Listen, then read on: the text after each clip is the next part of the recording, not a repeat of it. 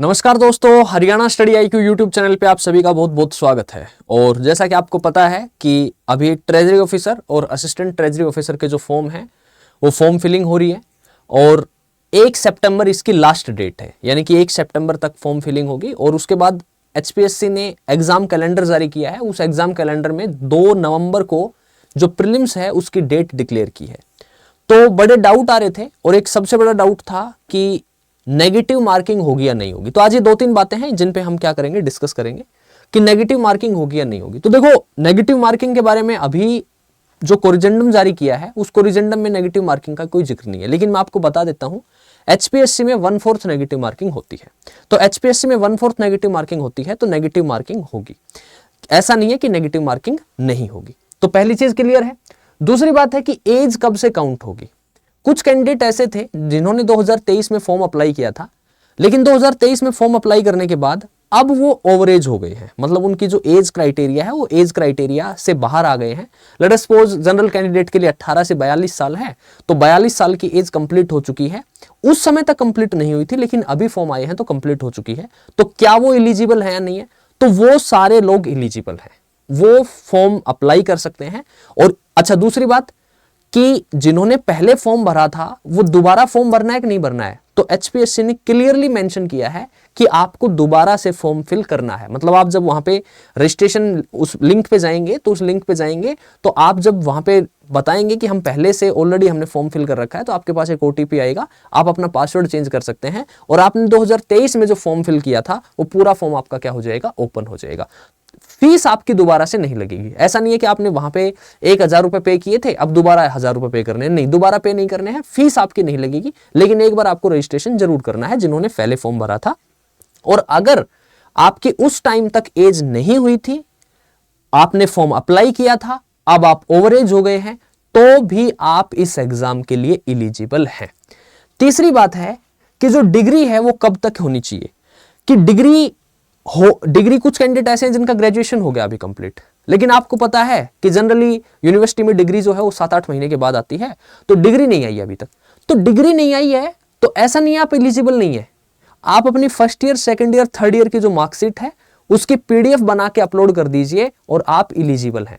आपकी result date जो है वो क्या होनी चाहिए, 1 सितंबर से पहले होनी चाहिए। आपका रिजल्ट 1 सितंबर से पहले आया है तो आप एलिजिबल हैं और आप फॉर्म भर सकते हैं, बेशक आपकी डिग्री अभी तक नहीं आई है, अगर आपका रिजल्ट फाइनल आ चुका है तो।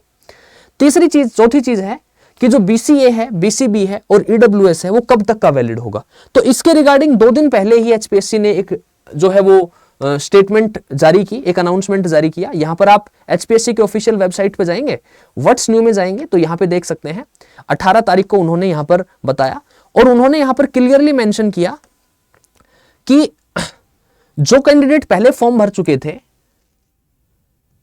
all such candidate are directed to upload the EWS category certificate which is valid for the financial year 2023-24। कि उनके पास जो ईडब्ल्यूएस का जो सर्टिफिकेट है वो 2023-24 का वैलिड होना चाहिए। In case they do not have the required certificate, और अगर उनके पास वो सर्टिफिकेट नहीं है, they should upload the latest EWS certificate which is valid for the financial year 2025-26 and it has been issued between 1 April 2025 से लेके 1 सितंबर 2025। Same condition BCA के लिए है, सेम कंडीशन बीसीबी के लिए है।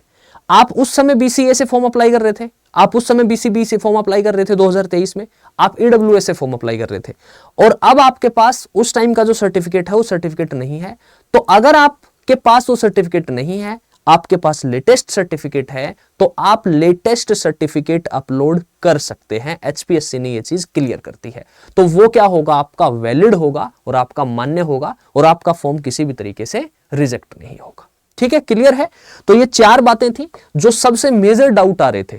ठीक है, मतलब कमेंट भी आ रहे थे, वैसे भी आप लोग पूछना चाह रहे थे बार बार कि इसके रिगार्डिंग क्या है। तो नेगेटिव मार्किंग हमने क्लियर कर लिया, एज हमने क्लियर कर ली, डिग्री हमने क्लियर कर ली, और बीसीए, बीसीबी और ईडब्ल्यूएस कब तक का वैलिड होगा ये हमने क्लियर कर लिया। ठीक है, तो अब ये 4 बातें मैंने आपको समझा दी हैं, बता दी हैं।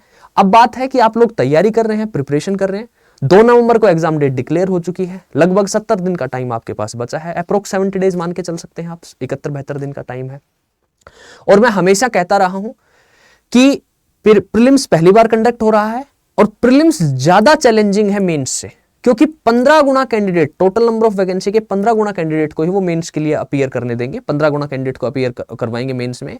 तो आपकी प्रीलिम्स की तैयारी बहुत मजबूत होनी चाहिए, बहुत सशक्त होनी चाहिए। उन्होंने सिलेबस में केवल लिखा है general knowledge including everyday science, तो जनरल नॉलेज में आपके सारे सब्जेक्ट आ जाते हैं, हिस्ट्री है, ज्योग्राफी है, पॉलिटी है, साइंस है, इकोनॉमी है। उसके बाद मैंने आपको बताया है कि इसके लिए जो बेस्ट रिसोर्स है वो आपकी एनसीईआरटी है। अगर हम एचसीएस का पेपर देखें तो भी एचसीएस के पेपर में मोर देन 50% पेपर आपका एनसीईआरटी से आ जाता है। तो एनसीईआरटी की बुक लिस्ट है वो मैंने यूट्यूब पे शेयर कर रखी है, मैंने बता भी रखा है, मैंने क्लास भी सेशन भी लिया था जहां मैंने डिस्कस किया है कि कौन कौन सी बुक लिस्ट आपके पास होनी चाहिए। उसके अलावा प्रीवियस ईयर क्वेश्चन के बारे में मैंने डिस्कस कर दिया था कि Bihar public service commission, Jharkhand public service commission, UP PCS, ये जो प्रीवियस ईयर क्वेश्चन है ये आप लगाएं, other than Haryana civil services. HCS के तो लगाने ही लगाने हैं, वो तो मतलब उसके बारे में तो कुछ सवाल जवाब है ही नहीं, उसके बारे में तो बताने की जरूरत ही नहीं है, क्योंकि अभी जो असिस्टेंट प्रोफेसर के पेपर हुए वहां पर भी सवाल वहां से बहुत डायरेक्ट क्वेश्चन आए और वहीं से सवाल घूम फिर के आपके पास सवाल देखने को पेपर में मिलेंगे। तो इन सब तथ्यों को देखते हुए, इन सब चीजों को देखते हुए आप तैयारी कर रहे हैं, बहुत अच्छी बात है। और यदि आप चाहते हैं कि आपकी ये जो प्रिपरेशन है, आपकी ये जो तैयारी है, ये एक सिस्टमेटिक ढंग से करवा दी जाए, आपको बैठा के पढ़ा दिया जाए, आपको एक स्ट्रक्चर्ड वे में आपको स्टडी प्लान दे दिया जाए, आपकी रोजाना क्लास शेड्यूल हो जाए और क्लास में सारे टॉपिक डिस्कस हो जाए, प्रीवियस ईयर क्वेश्चन डिस्कस हो जाए, तो उन चीजों के लिए हमने एक बैच लॉन्च किया है टीओ एटीओ के लिए, स्पेशली इस एग्जाम को टारगेट करते हुए। और ये जो बैच है ये आपका 22 अगस्त तक इस बैच में एडमिशन होंगे। तो ये जो बैच है, ये बैच क्या है, आप यहां पर गूगल ओपन करेंगे, यहां आप सर्च करेंगे स्टडी आईक्यू, सबसे पहले लिंक पे जाएंगे और सबसे पहले लिंक पे जाने के बाद यहां स्क्रॉल करके स्टेट पीसीएस पे आना है और स्टेट पीसीएस में आप हरियाणा पे चले जाएंगे। तो हरियाणा पे जब आएंगे तो यहां पे आपको दिखाई देगा एचपीएससी टीओ एटीओ। इस बैच की क्या क्वालिटीज हैं, इस बैच में हम क्या क्या प्रोवाइड कर रहे हैं, व्यू पीडीएफ पे जाइए। व्यू पीडीएफ में जाके आप देखिए बैच कल से ही स्टार्ट हुआ है, 18 अगस्त को ओरिएंटेशन था, कल इसमें पहली क्लास थी, आज इसमें दूसरी क्लास है, 22 अगस्त को यहां एडमिशन क्लोज हो रहे हैं। इस बैच में आपको दोनों पेपर के हिसाब से प्री और मेंस के अकॉर्डिंग 400 प्लस घंटे की लाइव क्लासेस मिलेंगी। History, geography, polity, science, economy, मैंने आपको जो बताया वो सारे टॉपिक यहां पर हम आपके थोरोली कवर करवाएंगे। हरियाणा जीके को अलग से कवर करवाया जाएगा। पेपर 2 और पेपर 3 की तैयारी होगी, लेकिन प्रीलिम्स की डेट आ गई है तो हमने पेपर 2 और पेपर 3 की जो क्लासेस हैं वो बाद में रखी हैं, पेपर 1 यानी कि प्रीलिम्स का सिलेबस खत्म करवाने के बाद। उसके बाद हमने यहां पर जो नोट्स हैं वो आपको बाइलैंग्वेज मिलेंगे, हर सब्जेक्ट के नोट्स मिलेंगे, क्रक्स मिलेंगे, हिंदी में भी इंग्लिश में भी, क्लासेस होंगी वो भी बाइलैंग्वेज होंगी, मॉड्यूल वाइज टेस्ट होंगे, मंथली करंट अफेयर होगा। और अगर आप लाइव क्लास अटेंड नहीं कर पाते हैं तो आप क्लास की रिकॉर्डिंग्स देख सकते हैं और 12 फुल लेंथ मॉक टेस्ट मिलेंगे ताकि आप देख सकें आपकी तैयारी किस लेवल पे है। और अगर आप नीचे जाके देखेंगे तो हमारी फैकल्टीज हैं और यहां पर आप देखेंगे टाइम टेबल, तो हम 15 अक्टूबर तक हम आपका सिलेबस खत्म करवा देंगे।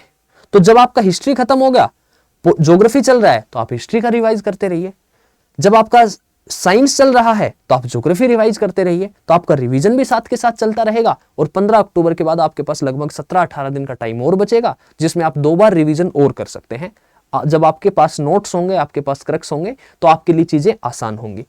और अगर हम इस बैच की बात करते हैं तो सिंपली बाय नाउ करना है और बाय नाउ करके यहां देखेंगे कि प्राइस है 8,999, वैलिडिटी है 12 महीने की।